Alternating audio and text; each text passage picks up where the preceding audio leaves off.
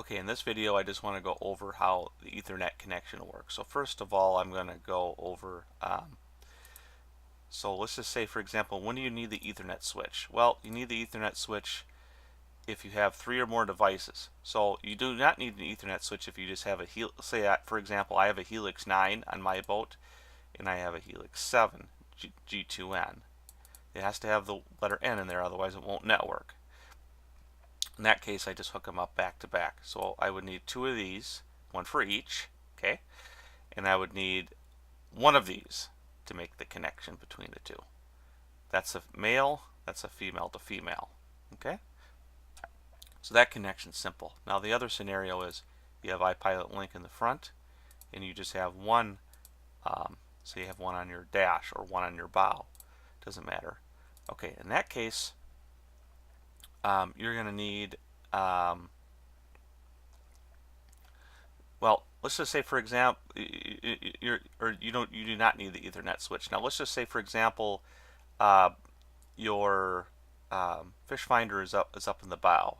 Well, it's a female connection, so you do not need an extension cable because this is male, so that will easily plug into the cable that is right off the trolling motor. You don't even need the extension cable. When you buy your trolling motor, you'll get an extension cable like this, where it's male on one end and female on the other. That comes with your trolling motor.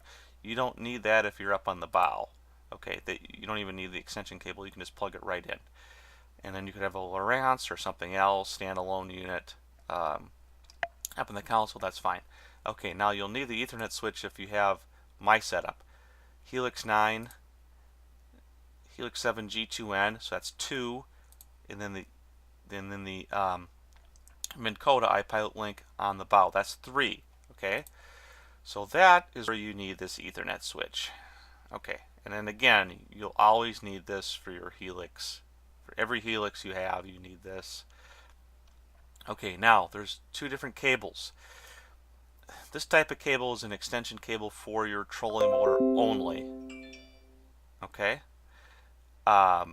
this will only work for your trolling motor. This will not work for to go to the Ethernet switch.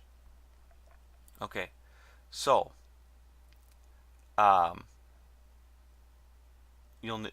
this is the one that goes from the Ethernet switch to the Humminbird. Okay, and this I believe will also go to the Ethernet switch as well.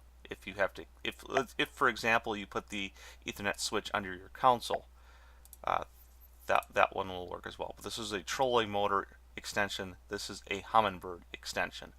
Be very key in on that. Okay, and I believe that covers everything.